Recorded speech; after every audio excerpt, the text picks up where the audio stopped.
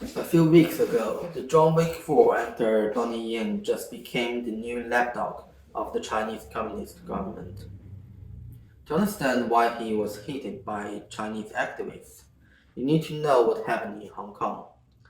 In 2014, the Chinese Communist government basically destroyed the democracy in Hong Kong by banning the oppositions from entering the election, essentially making sure all the so-called representatives are loyal to the Chinese Communist Party.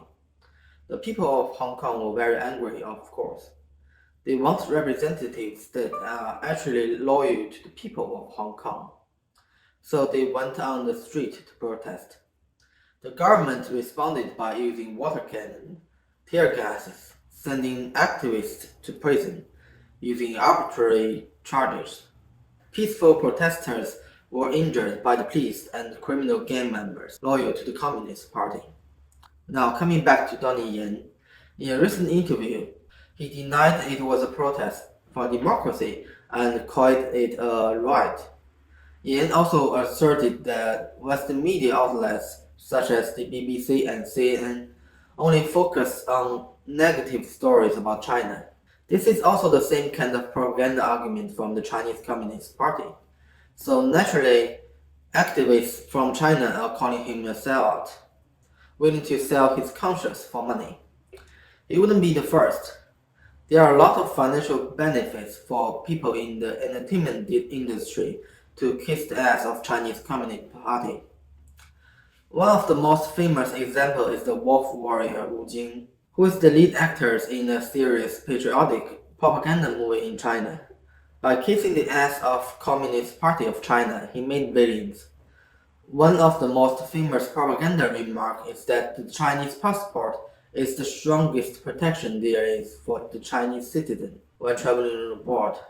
The reality is that Chinese passport is pretty useless. The Chinese embassies are famous for being utterly useless in foreign countries. When the pandemic hit China, Chinese people overseas brought masks and medical supplies to send them to China to help. Yet when the lockdown started in other countries, and the flights back to China are all cancelled or became extremely expensive, the Chinese embassies basically abandoned the Chinese citizens overseas. They made no effort in helping those Chinese overseas who were stuck and needed a ride home. They even accused people who came home to China of deliberately bringing the virus to China, despite the virus actually originated in China. This happened again when Chinese in Ukraine needed help to get home when the Russians invaded Ukraine. The Chinese in Ukraine were essentially told that they are on their own by the embassies and that there are no war between Russia and Ukraine. The most ironic part is that despite Wu Jing's claim that China is strong and that he loves China, rumor says that his wife and son both hold foreign passport and green card.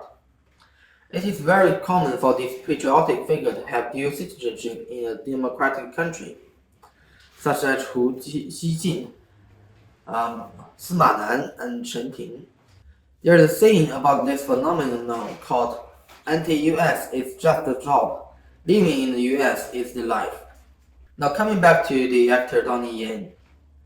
In the past few years, he has gradually become a wolf warrior like Wu Jing. His movie series, The Ip Man, has become more and more like a patriotic propaganda.